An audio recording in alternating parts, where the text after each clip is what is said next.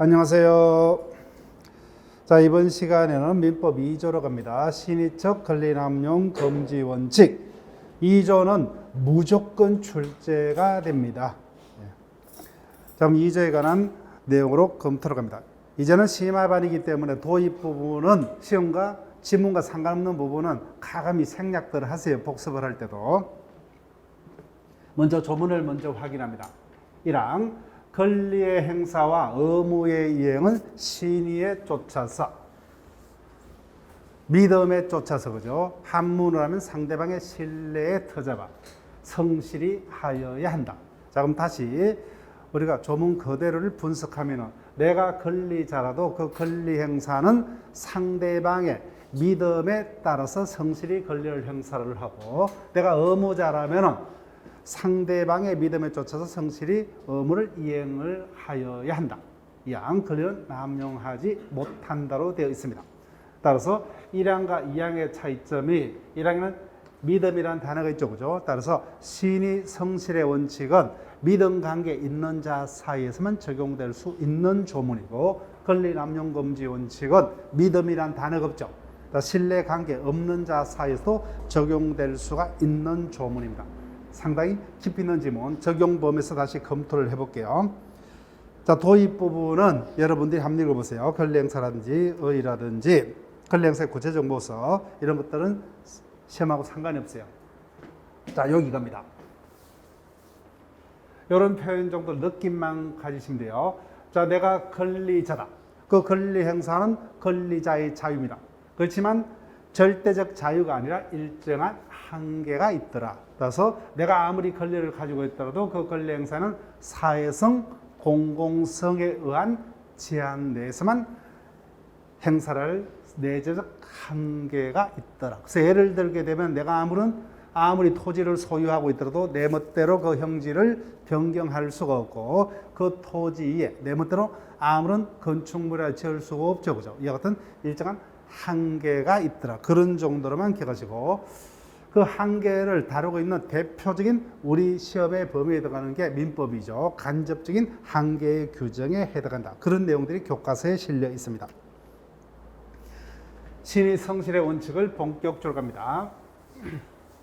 자, 의 연역은 중요치 않기 때문에 그냥 여러분들이 한번 보시고 법적 성격부터 체크를 할게요. 민법이죠. 신의 성실의 원칙, 권리 남용 금지 원칙은 대표적인 일반 조항이다. 여기다 다시 체크할게요. 따라서 신의적 권리 남용 금지 원칙하는 민법 2조 규정은 매매 등 개별 사건에 한해서만 적용되는 조항이 아니라 우리 사회에서 일어나는 모든 사건이 뭐예요? 두루두루 적용되는 조항이다. 개별 일반 조항과 반대가 뭐예요? 개별 조항이죠. 그러면 순서가 사회에서 사건이 터졌을 때 어느 조항을 먼저 적용합니까? 개별 조항을 먼저 적용해서 사건을 해결하고, 바람직하지 아니할 때 뭐예요? 일반 조항을 보충적으로, 그죠? 따라서 신의척은 개별 조항의 적용 결과가 바람직하지 아니한 경우에 예외적으로 적용되는 대표적인 보충적인 일반 조항이다. 그렇게 일반 조항이다. 그 단어를 기억하시고, 자, 적용 요건. 따라서 이 부분은 시험에 직접적인 출제 사항은 아니에요. 금방 설명드렸죠. 신의적 권리 남용 금지의 원칙에 관한 조항은 대표적인 일반 조항이므로 먼저요, 사건이 터지면 개별 조항을 먼저 적용하고 일반 조항은 뭐예요? 마지막에, 그죠? 마지막에 적용하는 것 같은 보충적 규범이다. 그런 내용들이 적혀 있습니다. 자, 그 다음에 강행 규정 체크할게요. 2조 파트에서는 가장 단골적인 지문입니다. 그러니까 조문을 크게 두 가지 종류로 구분했을 때 임의 규정, 다른 말로 임의 조항과 강행 규정, 강행 조항으로 나눌 수가 있다. 근데 민법 2조는 대표적인 강행 법규에 해당하다 그러죠. 강행 규정에 해당합니다. 따라서 신의적 위반이다. 권리 남용 금지 원칙에 반한다. 이와 같은 것은 강행 규정에 위배되는 것이므로 단골 지문이죠. 당사의 주장 불문하고 법원이 직권으로 판단할 수 있다. 따라서 강행 규정이므로 당사자 합의로 2조의 적용을 배제할 수 없다. 여러 번 출제가 됐습니다. 2조에서는 가장 많이 출제됐던 기본적인 지문입니다.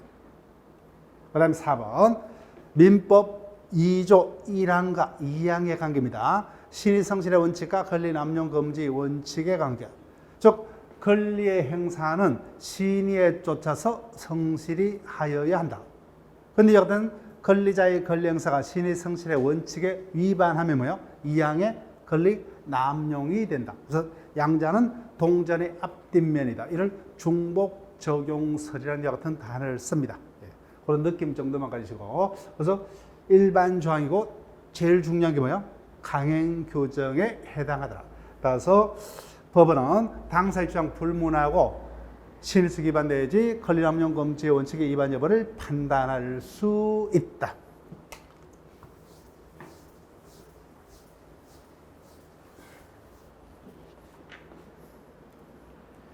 자, 적용 범위 체크할게요. 민법 2조는 어디까지 적용이 되느냐? 첫 번째, 우리가 지난 시간도 했죠. 원칙적으로 우리가 배우는 민법 총칙은 어디까지만요? 제3법까지만 적용이 된다, 그죠? 그렇지만 신의적 권리 남용 금지 원칙하는 민법 2조는 민법 끝까지, 그죠? 민법 전체에 적용된 일반 원칙이다.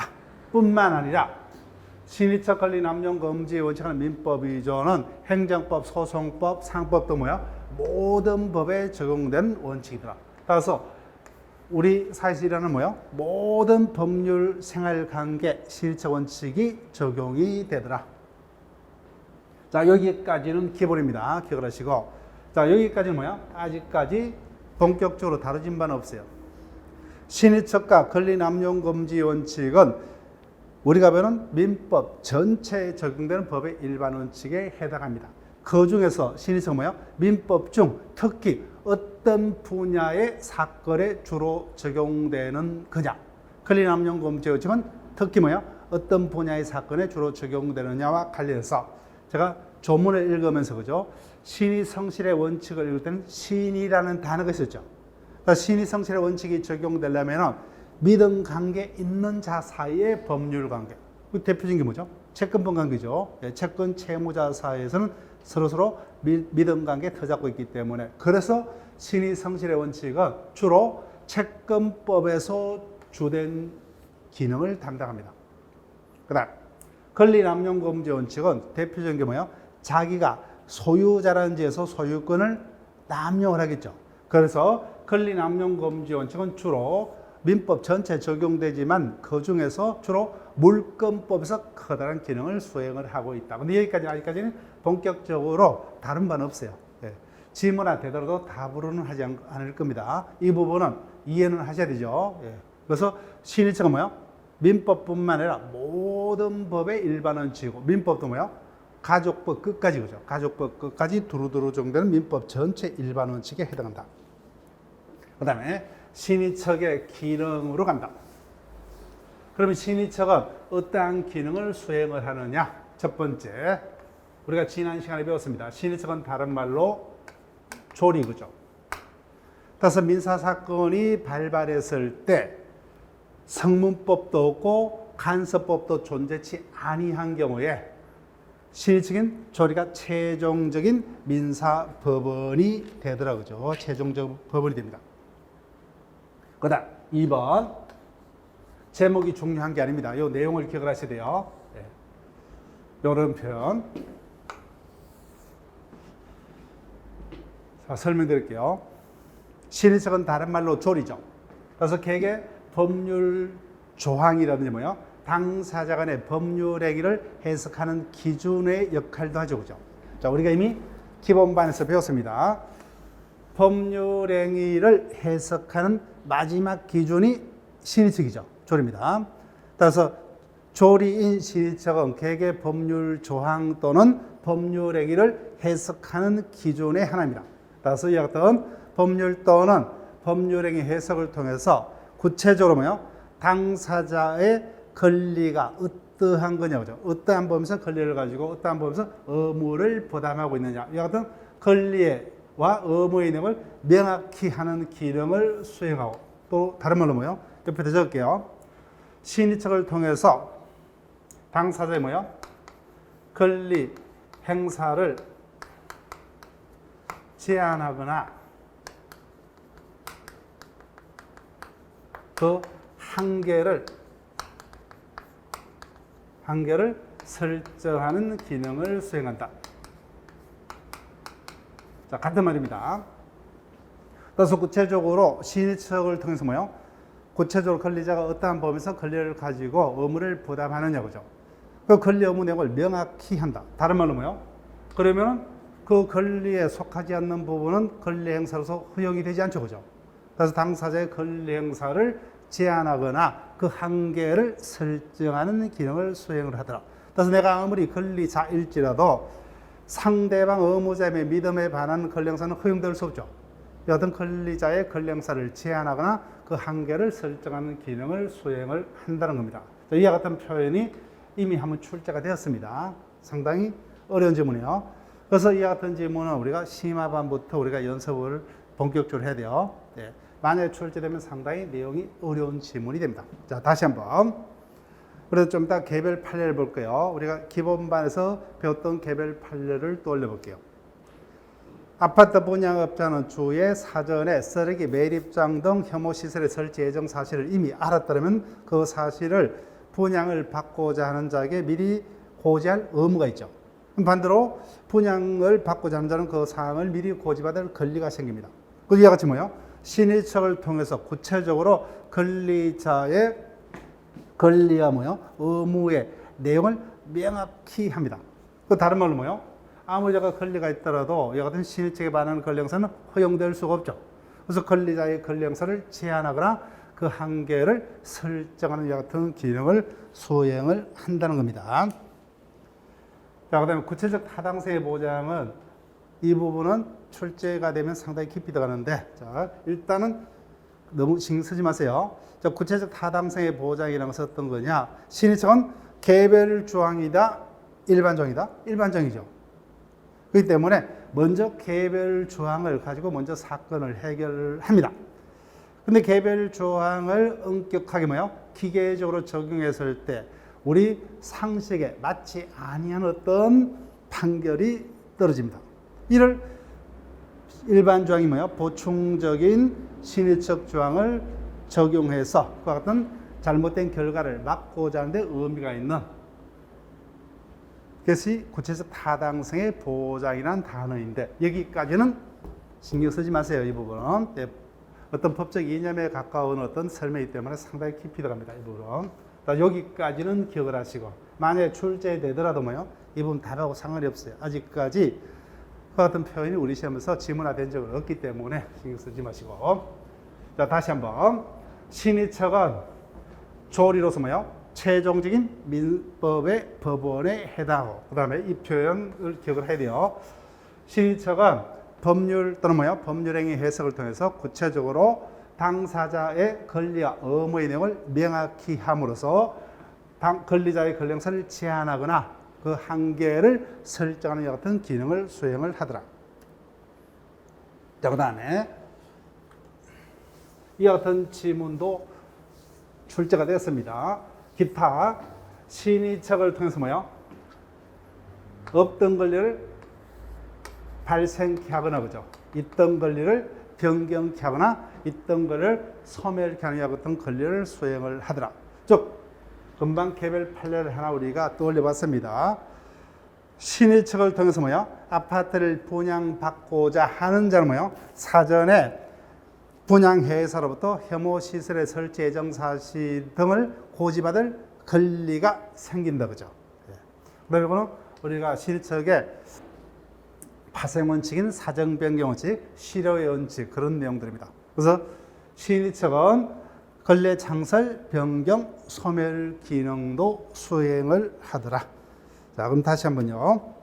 신의척은 조려서 최종적인 민법의 법원이 되고 법률 또는 법률행위 해석을 통해서 당사자의 권리와 의무의 내용을 명확히 함으로써 권리자의 권리 행사를 제한하거나 그 한계를 설정하는 기능을 가지고 권리의 창설, 변경, 소멸의 기능을 수행을 하더라.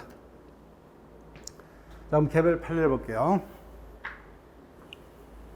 자, 이번 심화반에서는 출제될 수 있는 판례는 하나도 빠짐없이 다 검토를 같이 합니다. 자, 이 부분은 쉬운 판례죠. 자, 병원에 입원 환자가 있다면은 당연히 병원의 주된 업무는 진료 업무죠. 뿐만 아니라 입원 환자가 입원실에 둔 기중품을 입원실에는 관계자 예외 출입을 금함으로써 어떤 기중품의 도난 등을 방지할 의무가 뭐요? 신의처로부터 병원 측에 발생하고, 그로 인해서 도난 사고가 생겼을 때 입원 환자 측은 그에 대한 손해배상을 병원에다가 받을 권리가 생기더라고요. 자, 그 다음 이번 판례는 여러분 봤습니다. 자, 그러면 우리가 이미 기본반을 들었기 때문에 이 판례는 뭐요? 여기서 출제가 될 수도 있고 어디서요? 사기에서 출제가 될 수도 있죠. 자, 볼게요. 아파트를 분양코자 하는 분양회사는 그 인근에 뭐요? 공동묘지라든지 쓰레기 매립장 등의 해모시설 설치 사실을 알았더라면 뭐요? 아파트를 분양받고자 한 적에 이를 사전에 고지할 의무를 부담을 한다, 그죠? 따라서 이와 같은 고지 의무를 이행치 않았죠, 그죠? 고지 의무를 이행치 않으면 뭐요? 또는 부작위한 사기가 된다, 그죠? 부작위한 사기가 된다. 따라서 사기는 적극적 기망뿐만 아니라 이와 같은 뭐요? 침묵 등 부작위도 사기가 될 수가 있다, 그죠? 예, 거기서도 출제될 수 있는 판례입니다. 자, 이 부분 3번 판례를 볼게요. 아직까지는 이 부분은 우리 시험에서 거의 다루진 바 없는 판례예요. 자, 여기 볼게요. 숫자는 신경 쓰지 마시고 저는 다른 숫자로 설명을 드릴게요. 가불간에 건물 매매가 있었습니다. 매수인은 매도인에게 어떤 채무를 부담하고 있다. 약속한 대금을 지급할 채무가 있죠. 약속한 대금이 1억입니다. 근데 매수인이 극단적으로 예를 진행시킬게요. 9,990만 원까지 이행을 했어요. 근데 아직까지 10만 원 지급을 못했죠. 그럼 채무의 이행이다, 채무 불행이다? 채무 불행이죠. 완전한 채무의 이행이 없는 것을 통틀어서 뭐요? 채무의 불이행이란다. 근데 이와 같은 잘못이 누구에게 있어요? 채무자인 매수인에게 있죠. 그러면 채권자인 매도인은 그 채무자의 채무 불이행을 이유로 매매계약을 당연히 해지할 수 있다가 뭐요? 우리가 매매 파트에서 배운 결론이다, 그죠? 근데 상식적으로 보세요. 10만 원이 미이행이 되었다는 이유로 그 계약을 뭐요? 해지하는 것은 우리 상식에 맞다, 맞지 않는다? 맞지 않죠, 그죠? 요게 구체적 타당성과 관련한 어떤 사례 이렇게 보시면 돼요. 기계적으로 뭐요? 개별 조항을 적용하면 우리 상식에 맞지 않는 판결이 뜨죠, 그죠? 거의 다 이행이 끝났습니다. 근데 극히 경미한 일부의 미이행을 이유로 계약을 해지하는 것은 상식에 맞지 않죠. 그때는 이와 같은 경우는 계약을 해지할 수 없다, 실척을 이유로. 그래서 결론만 기억할게요, 결론만. 근데 아직까지 출제된 바는 없는 판례고 1번, 2번 판례는 당연히 언급이 되었던 판례입니다.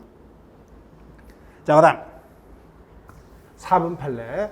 이 판례는 앞으로 반복될 가능성이 있습니다. 자, 그럼 변호사가 됐든 뭐요? 세무사가 됐든 법무사가 됐든 상관없어요. 자, 변호사와 사건 계약을 체결하면서 뭐요? 약정된 보수를 약정했죠, 그죠? 근데 그 보수가 너무 터무니없이 가다합니다. 가다요. 자, 볼게요. 변호사의 보수에게 가서 의뢰인 사이에 약정이 있는 경우 이임 사무를 완료한 변호사는 특별한 사정이 없는 한 약속한 보수액 전부를 청구할 수 있죠, 그죠? 즉 얼마를 지급하겠다, 그죠? 그럼 약정했기 때문에 약정한 보수액의 전부를 청구할 수 있는 게 원칙이지만, 자, 체크할게요. 약정된 보수액이 너무 부당하게 가다합니다. 예, 부당하게 가다했으면요. 신의책이나 형평의 원칙에 반한다고 볼 만한 특별한 사정이 있는 경우에는 그때는 뭐야? 여러 가지 사정을 참조해서 아니 뭐야? 전부가 무효가 되는 게 아니라 뭐야? 당연히 뭐야? 우리 상식에 맞는 그 한계 내 보수액만 청구할 수 있다, 그죠? 따라서 상당하다고 인정되는 범위 내 보수액만을 청구할 수 있다. 자, 이 판례는 반복될 수가 있습니다. 예. 다시 한번요. 변호사 보수 약정이 있다면 원칙적으로 뭐요? 약정된 보수 전액을 청구할 수 있는 게 원칙이다. 다만 그 약정된 보수액이 너무 부당하게 가다해서 신의 측에 반하면 뭐요? 신의 측에 합당한 상당 범위 내 보수액까지만 청구할 수 있고 그 부분을 초과하는 부분은 청구할 수 없다 그죠? 무효이기 때문에. 자, 신의 측 적용의 한계갑니다. 중요 표시하시고. 신의 측은 민법 전체에 적용되는 민법의 최고 원칙 중에 하나이지만 자기보다 뭐요? 더 상위의 이념이 있으면 신의 측은 적용되지 않습니다. 대표적인 게 제한 능력자 제도와의 관계입니다. 따라서 우리 법은 뭐요? 경제적 약자인 제한 능력자는 사회적으로 뭐요? 상대방 등을 희생시켜서라도 제한 능력자는 최대한 보호를 하겠다가 민법의 결단이죠. 따라서 신의적 적용 결과가 상대방을 뭐요? 극히 불리하게 빠뜨려서 신의측에 반하는 결과 같이 보일지라도 뭐요? 제한 능력자 측의 취소권 행사를 신의측을 이유로 부정할 수는 없죠, 그죠? 그래서 제한 능력자 제도와 신의측 제도가 충돌하면 뭐요? 제한 능력자 제도가 우선하고 신의측 조항은 적용이 되지 않습니다. 단골 질문이고, 그다음 더 중요한 경우죠. 예. 신의측은 일반 법규라고 했다, 그죠? 일반 법규 중 일반 조항인데 강행 조항이죠. 강행 규정입니다.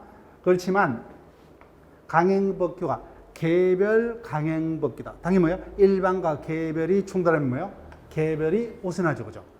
그래서 신의측 적용 결과가 개별 강행 법규에 반대되는 결과를 가져오는 경우는 뭐예요? 그때는 신의측은 적용이 되지 않는다, 그죠? 신의측은 적용이 안 됩니다.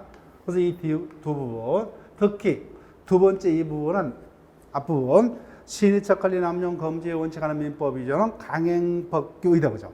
그 논점과 더불어 가장 많이 출제되는 논점입니다. 자, 다시 한번. 신의측은 자기보다 뭐요? 더 상위의 이념이 있으면 신의측은 적용되지 않는다. 그 대표적인 게 두 가지죠. 제한 능력자 제도와의 관계에 있어서는 뭐요? 신의측 규정은 적용될 수가 없다. 따라서 제한 능력자 측이 제한 능력자의 행위란 이유로 뭐요? 자신의 법률 행위를 취소하는 것을 신의측을 이유로 부정할 수 없다, 그죠? 네.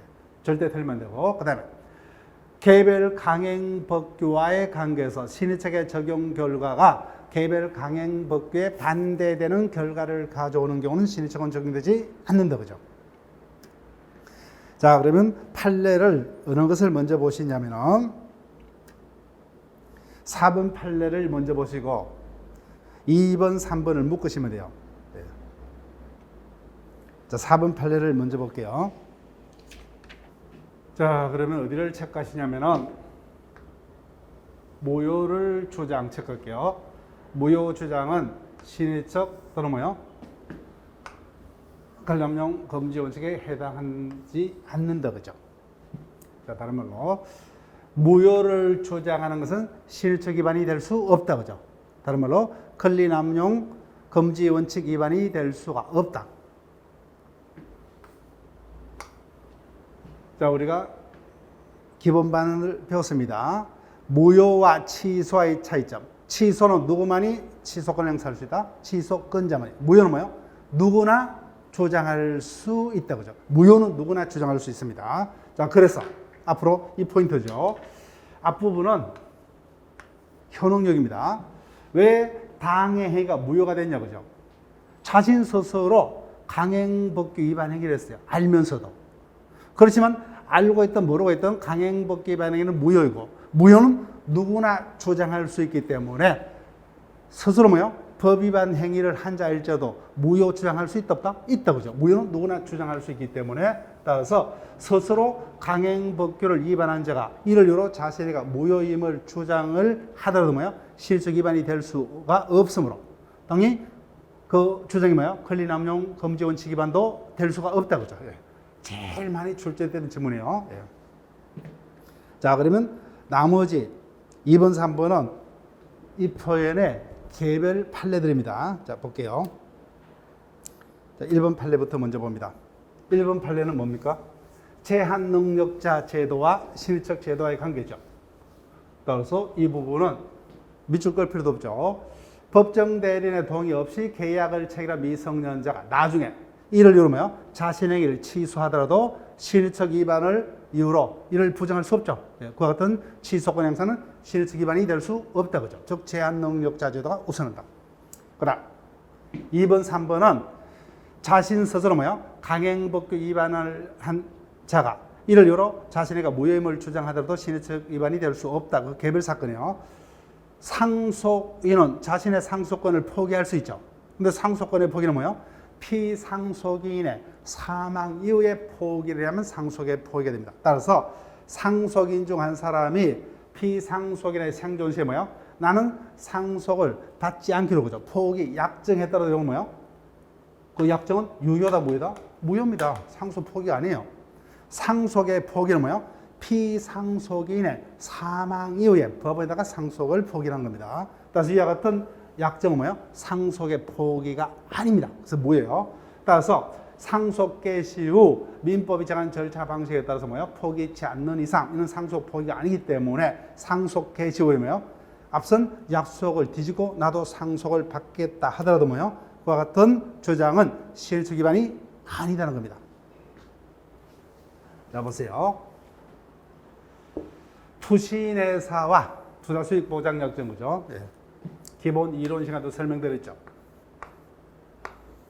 투신회사와 고객 사이에 주식 투자로서 깡통이 되더라도 뭐요? 원금은 돌려줄 테니까 뭐요? 안심하고 주식 투자를 해라 그죠. 근데 이와 같은 투자수익보장약정은 정금거래법에 반해서 어떻게 됩니까? 무효예요. 근데 이와 같은 계약을 투신회사가 고객을 꼬드겨서 체결했더라도 뭐예요? 그 얘기는 결론 무효입니다. 무효이기 때문에 이 나쁜 투신회사도 뭐예요? 무효를 당연히 주장하여 나는 원금을 돌려주지 못하겠다. 당연히 주장할 수 있다 없다? 있다 그죠. 무효는 누구나 주장할 수 있으므로 따라서 그와 같은 투신회사의 주장은 실적 위반이 될 수 없답니다. 없다. 자 볼게요. 강행법규에 위반해서 무효인 투자수익보장약정이 투신회사가 먼저 고객에 제의를 하면서 체결된 것이라도 그와 같은 약정은 뭐예요? 정권거래법이란 강행법규에 위반해서 무효죠. 그래서 투신회사가 스스로 그 약정에 무효를 주장하면 신의책에 위반된다는 권리행사로 그 주장을 배척한다면 오히려 뭐예요? 정권거래법 상의 수익보장약정은 무효여야 되죠. 근데 신의책을 주장하면 그 약정이 유효가 되는 이상한 결과를 초래하기 때문에 이 경우 뭐예요? 신의책은 적용될 수가 없죠. 그렇기 때문에 결론 특별한 사정이 없는 이와 같은 투신회사의 무효 주장은 실수 위반이 될 수가 없다 그죠. 자, 그럼 한마디로 요겁니다. 자신 스스로 뭐예요? 자신에게 강행법규에 위반해서 무효임을 알면서 행위를 한 자일지라도 뭐예요? 무효는 누구나 주장할 수 있으므로 단어가 뭐예요? 요거다 그죠? 무효 주장 행위는 결론 실적 위반이 될 수 없다. 그 실적 위반이 아니면 뭐예요? 권리남용이 될 수가 없다. 즉 무효는 누구나 주장할 수가 있기 때문에. 5번 판례도 뭐예요? 출제가 되기 시작했기 때문에 또 출제가 될 수 있습니다. 자 볼게요. 우리가 이미 기본반을 들었습니다. 취소는 취소권자만이 취소할 수 있으므로 취소권 행사 기간은 일정한 기간 내로 제한이 되어 있죠.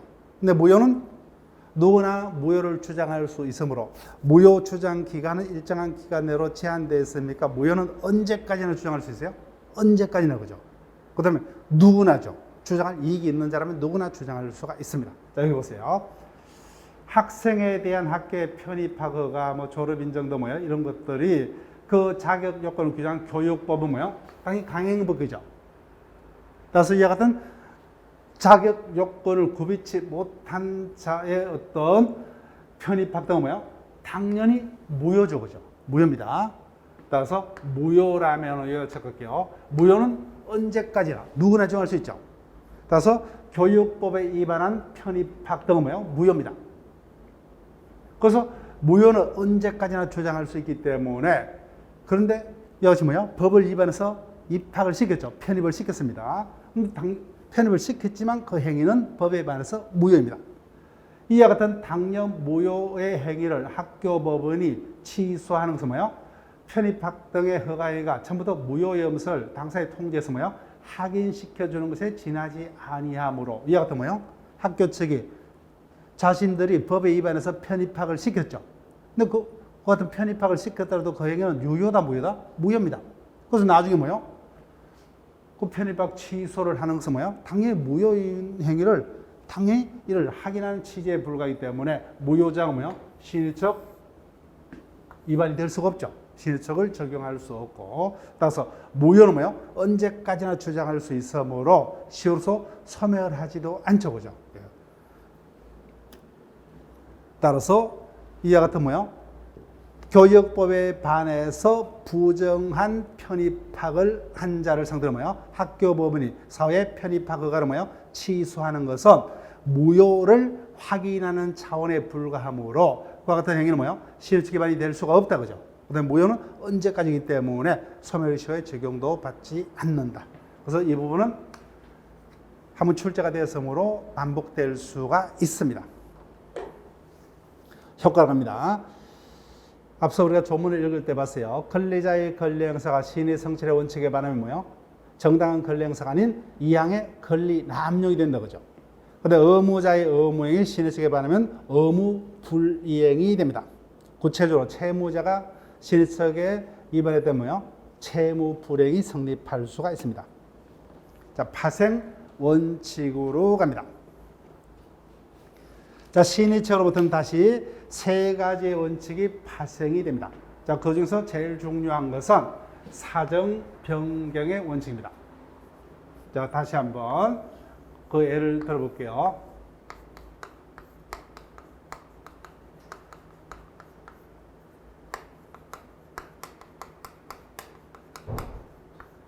갑을 사이에 97년 6월 중순경에 전세 계약이 3억원으로 체결됐습니다.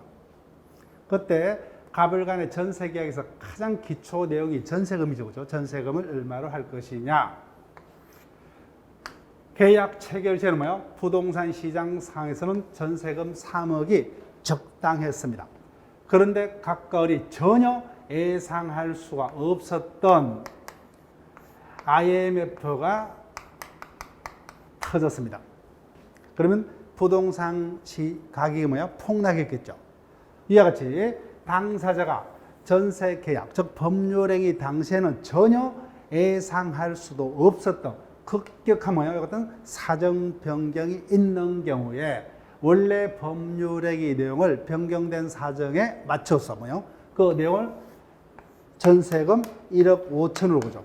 그렇게 변경하거나 원치 아니하면은 그 법률행위를 없던 것으로 하고자 할 수 있는 신의처부터 파생되는 원칙을 사정 변경의 원칙이란다 그죠. 일단 우리가 느낌 정도는 가지고 개념. 자, 지금부터 체크할게요. 이와 같은 사정 변경의 원칙을 인정하는 규정이 있느냐 딱 한 번 출제가 됐어요. 딱 한 번 13회차. 민법 조문 어디를 보더라도 사정 변경이라는 단어 자체가 존재치 않습니다. 따라서 사정 변경의 원칙은 뭐야? 인정하는 일반적인 규정은 없어요. 다만 사정 변경의 정신을 담고 있는 개별 규정은 존재합니다. 대표적인 게 뭐야? 각종의 대금 정감 청구권이죠. 자, 그러면 지난 시간에 배웠던 걸 떠올려볼게요. 명칭은 청구권이지만 대금 정감 청구권은 청구권이다 형성권이다? 형성권이죠. 형성권. 그 대표적인 게 뭐예요? 임대차라면은 자신들이 임대차 계약을 체결할 때는 약속한 차임이 적당했죠. 근데 부동산 시장이 변경됐죠. 그 변경된 사정에 맞춰서 당사자가 뭐예요? 장래를 해서 뭐예요? 차임의 정감을 상대방이 일방적으로 청구할 수 있다고 그죠. 그 차임 정감 청구권. 전세라면 뭐예요? 똑같이 전세금 정감 청구권이 될 것이고, 그 다음에 지상권이라면 무상의 원칙이지만 치료 약정이 있었다면 뭐요? 여하튼 치료를 뭐요? 정감을 청구할 수 있겠죠. 그래서 이와 같이 약속한 차임이 부동산 시장의 변동으로 적당치 않게 됐을 때 그죠. 일방적으로 정감을 청구할 수 있죠. 그래서 여하튼 사정 변경의 정신을 반영하고 있는 개별 규정들은 존재합니다. 다만 명문의 일반 규정은 없다는 거예요. 딱 한 번 출제가 됐습니다. 13회차에서. 자, 지금부터가 중요합니다. 그러면 이 같은 사정 변경의 원칙을 어디까지 적용을 할 것이냐고요. 이 부분이 제일 중요합니다. 사정 변경 원칙은. 판례는 사정 변경의 원칙을 이유로 뭐요? 그 계약을 해제할 수가 있느냐는 겁니다. 근데 아직까지 판례는 뭐요? 실제 사건에서 사정 변경으로서 계약을 해제를 인정한 적이 있다 없다? 없어요. 한 번도 인정한 적이 없습니다. 이론적으로는 인정하지만 실제 사건에서 뭐야? 아직까지 한 번도 인정한 적이 없습니다. 자, 그러면 우리가 요령입니다. 시험 지문에서 어떤 사안을 주고 사정 변경을 이유로 해제할 수 있다는 순간은 뭐야? 이거는 O다 X다? X입니다. 판례는 아직까지 한 번도 인정한 적이 없어요. 자, 그러면 해제라는 단어를 다시 한번 우리가 복습을 할게요. 가별간의 전세 계약은 이때 체결됐죠. 그때 사정 변경으로 요 날짜에 전세권자가 계약을 해지하겠다. 그러면 그 계약은 그때부터 무효입니까? 처음부터 소급해서 없던 게 돼요? 처음부터 소급해서 없던 게 되는 게 해제죠. 그래서 이와 같은 해제는 이론적으로는 사정 변경으로서 인정할 수 있지만 아직까지 실제 사건에서 뭐요? 그 요건을 충족한 사건이 없기 때문에 판례는 한 번도 해제권 행사는 인정한 적이 없다. 그렇지만 해지요. 해지는 해지권자가 해지를 하면 계약관계가 소급해서 무효가 됩니까? 장래를 향해서 실효돼요. 장래다 그죠. 그래서 해지권은 법률 생활의 안정성에 크게 문제가 없기 때문에 판례가 해지권은 인정을 하고 있더라. 그래서 해제권은 뭐예요? 아직 한 번도 인정한 적이 없어요. 실제 사건에서는. 근데 해지권은 인정하고 있더라. 자, 그러면은 볼게요. 그래서 해제와 관련된 판례가 이 두 가지입니다. 1, 2번이요. 2번 이미 출제가 됐어요, 한번. 그럼 결론. 사정 변경으로 해제 없다, 그죠? 개별 사건은 아직까지 판례가 사정 변경으로는 해제를 인정한 적이 있다, 없다? 없어요. 해제할 수 있다는 순간 바로 틀립니다. 네, 결론. 그래서 당사자의 매매 계약이 체결됐고 체결 후 9년이 지났고 뭐요? 시가가 엄청나게 폭등했습니다. 이와 같은 사정만으로는 사정 변경으로서 계약을 해지할 수 있다 없다? 없다는 거 없다. 그 다음 2번 판례가 한번 출제가 됐어요. 개인적으로 내가 판사 입장이라면 달리 결론을 낼 수가 있어요. 그래서 결론을 기억하셔야 돼요. 사정 변경을 위한 해제는 있다 없다? 없답니다. 아직까지. 자, 개인적으로 억울해요. 지자체로부터 토지를 매수했습니다. 왜요? 음식점을 짓기 위해서. 근데 음식점을 짓기 위해서 뭐야? 지자체부터 토지를 매수했는데 음식점을 지을 수 없어요. 그러면 그 토지 매수 계약이 나에게는 의미가 없죠. 근데 이를 이유로 그 매매 계약을 해지할 수 있느냐? 없답니다. 없다. 사정 변경에서 계약을 해지할 수 없다는 거예요. 그래서 개별 사건에서 아직까지 한 번도 뭐요? 사정 변경에서 계약을 해제권 인정한 적이 한 번도 없답니다. 없다. 자, 그럼 해지 볼게요. 사정 변경 해지는 인정을 하고 있죠. 그죠? 자, 키포인트 단어 잡을게요. 계속적 거래로 인한 회사의 채무 앞에다가 하나 더 잡을게요. 불확정 채무. 어떤 이런 문구가 주어지는 게 일반적일 거예요.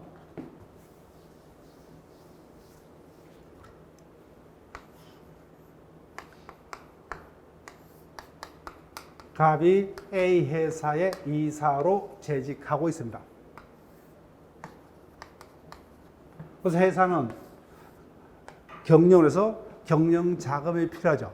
그래서 은행과의 거래를 통해서 필요할 때마다 뭐요? 자금을 빌리고 생기면 돌려갖고 그죠. 그래서 필요할 때마다 빌리고 갚고 합니다.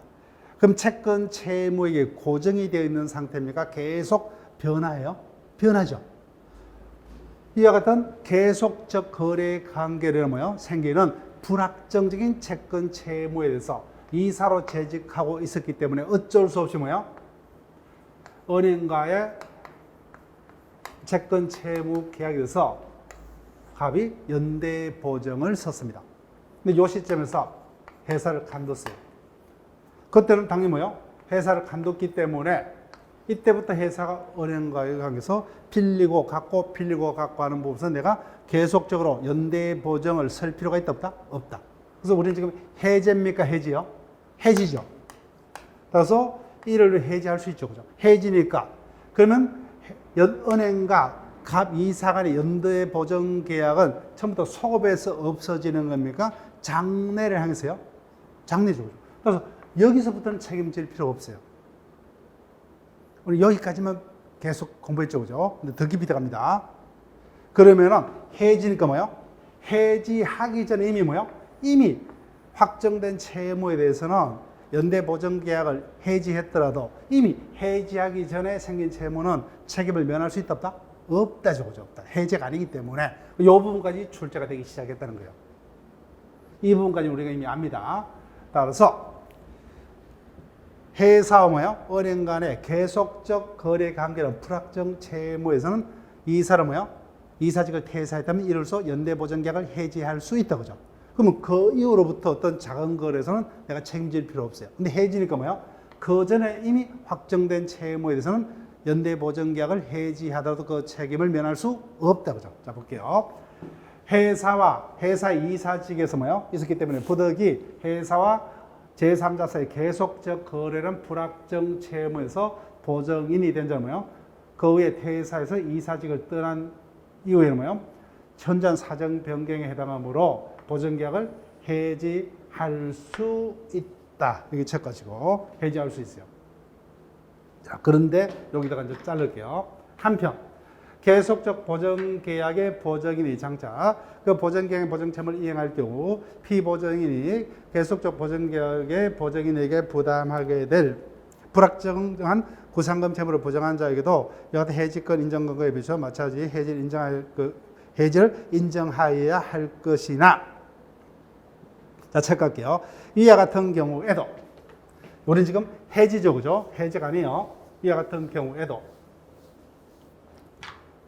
보증계약이 해지가 되기 전에 계속적 거래 관계로부터 뭐요? 거래 관계가 종료되거나 그 밖의 사이로 주채무의 구상채무가 확정된 경우 이미 뭐요? 해지되기 전에 확정된 채무에서 뭐요? 당연히 해지할 수 없다, 그죠? 그 부분 책임져야 되죠. 예. 자, 다시 한번. 어서 판례 제문이 길게 나열되어 있지만 글을 보세요. 내가 갑입니다. 그래서 회사와 은행과의 뭐요? 작은 거래에 대해서 어쩔 수 없이 뭐요? 이사로 있었기 때문에 연대 보증을 썼죠. 그렇지만 퇴사한 이후로는 연대 보증 계약을 당연히 해지할 수 있다, 그죠? 해지할 수 있다. 해지기 때문에 해지한 이후로부터는 작은 거래에 대해서는 내가 책임질 필요가 없죠. 그렇지만 이미 뭐요? 해지하기 전에 생긴 채무에서 뭐요? 해지이기 때문에 책임을 면할 수 없다, 그죠? 해지 전에 채무에서는 책임 면할 수 없다. 해지 전에 이미 확정된 채무에서는 책임을 면할 수 없다는 겁니다. 자, 그 다음에 4번. 앞에서 어떤 것만 퇴사료로 연대보증계약을 해지할 수 있었죠. 계속적 거래로 인한 불확정적인 채무입니다. 근데 똑같이 뭐야? 이사로 재직하고 은행과의 거래에서 뭐야? 보증을 썼더라도 처음부터 보증계약 당시 채무니까 변제가 뭐야? 특정되어 있는 확정 채무죠. 확정 채무에서 보증을 한 경우는 그죠? 그때는 언제까지요? 끝까지 책임져야죠. 그때는 해지할 수 없다. 따라서 반복할게요. 따라서 갑이사가 뭐야? 회사와 은행과의 작은 거래 계약에서 보증을 썼죠. 근데 그 보증 계약이 계속적 거래 관계로 생긴 불확정 채무에 대한 보증 계약이라면 퇴사를 이유로 뭐요? 장래에서 보증 계약을 해지할 수 있다. 그렇지만 그 보증 계약이 뭐요? 처음부터 확정 채무에 대한 보증 계약이라면 언제까지요? 끝까지 책임져야 되죠. 그래서 퇴사를 이유로 그 보증계약을 해지할 수가 없답니다. 없다. 여기까지 부탁드릴게요. 그럼 잠시 쉬었다가 이어서 또 진행을 합니다.